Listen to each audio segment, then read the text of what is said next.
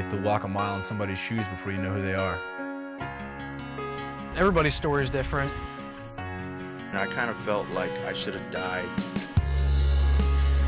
We're their next door neighbor, we're their siblings with all the same challenges.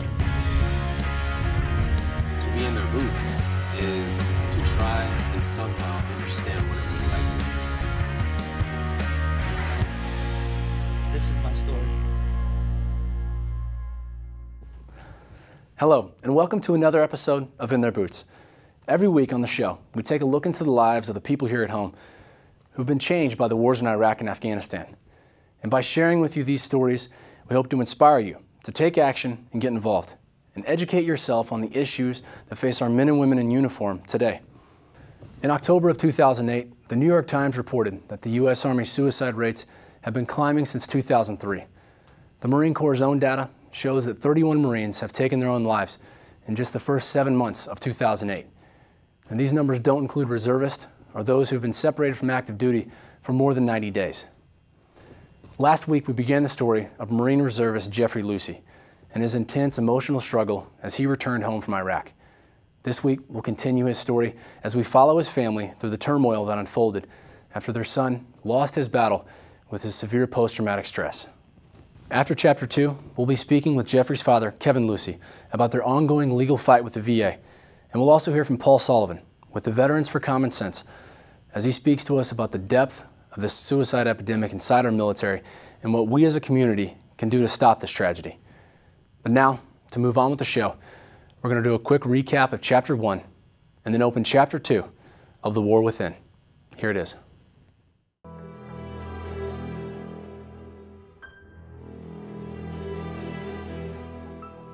Everybody gives that sigh of relief and goes, oh, they're back, they're fine, our wishes, our prayers were answered.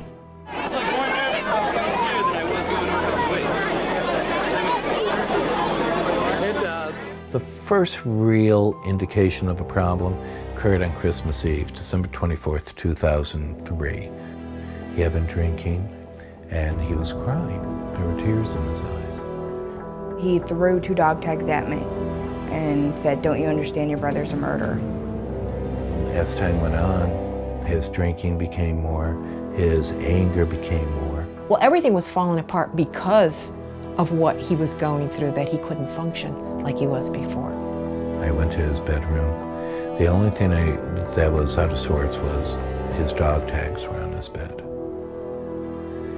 And then from the corner of my eye I saw Jeff, and I thought he was standing there until I saw the hose double looped around his neck.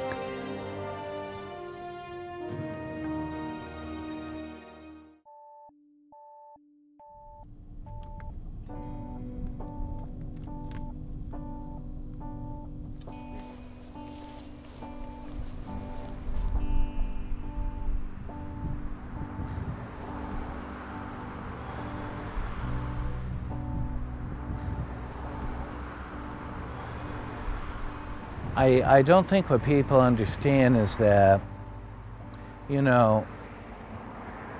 I let their son and brother die on my watch. And it was very difficult to take. And I remember about 3 weeks, 4 weeks after Jeff died, coming home after I was up at the Quabbin and trying to apologize. See, Jeff was Mom's little boy. And how do you say you're sorry for letting him go away? So there's tremendous guilt, but there's also tremendous anger. In here is some of the things that we became upset about a week or 2 after Jeff died. I called the hospital and I said, we just want to come up, pick up our son's records. Well, after getting whatever she was able to copy for us, it turned out that we knew wasn't the full records. So then I sent a letter in asking for the complete records. Here's the page Does the patient have, or has the patient recently had thoughts of self-harm? Yes. If yes, explain, and they don't really explain. May suicide be an issue? Yes. Has the patient plan or the intention to harm self? Yes. When we look at things and we say, you know, how could they not have done something here? How could they not have things that they knew that we didn't know? That's what got me irritated. And that's when I felt that something was really wrong. We're the parents, we're in crisis. And so I think you hope that the professionals would know what to do, how to react, how to tell us how to react. They never provided the right environment for Jeff. But the other thing, too, you've got to understand is they didn't provide any treatment for Jeff. Literally no treatment. This is the actual application and authorization for temporary and voluntary hospitalization. This is what the doctor found. And she found likelihood of serious harm, substantial risk of physical harm to the person himself. But then down here she writes, specify evidence that including behavior and symptoms, she said, well, right hand fracture. Patient states that he has selected a tree to hurt himself, has brought home a hose to choke self. Nobody ever shared that with us. So when we cleaned out the house on June 5th, who would have thought of a hose? We didn't. A psychiatrist saw him on Friday, May 28th. And then, do you know, that was at 9 o'clock at night. Do you know another psychiatrist didn't see Jeff until June 1st, the discharging day. There was no one in the interim. He was on SO, special observation. That means that he was under the watchful eye of a staff member at all times. But we were under the perception that he was going to be assessed. He was going to receive treatment. He never did. In fact, we were told that they refused to assess him for PTSD. How insane is that? I mean, they said he was going to have to maintain sobriety for a period of a couple of months.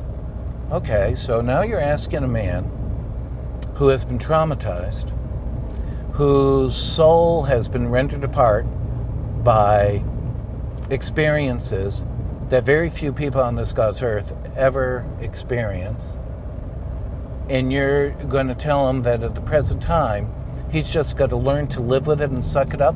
And that's the phrase that some of the nurses used. Jeff, you got to learn to live with it and suck it up.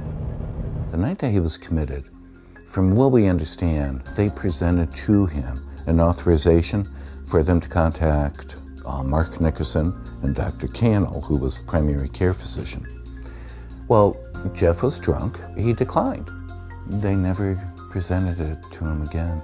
So therefore, the hospital never contacted Mark Nickerson or Dr. Cannell before or after. Most people, I'm sure, really believe their veterans are getting the best of care when they aren't even getting the adequate of care. So at that point, we started going out and we started talking about how the VA system is a broken system, how it's a system that shouldn't be, or if it's going to be, let's remake it. Let's have it responsive. It's been 4 years now.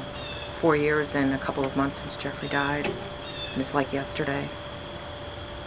And possibly that's because we do talk about it often. Jeffrey's part of our everyday life.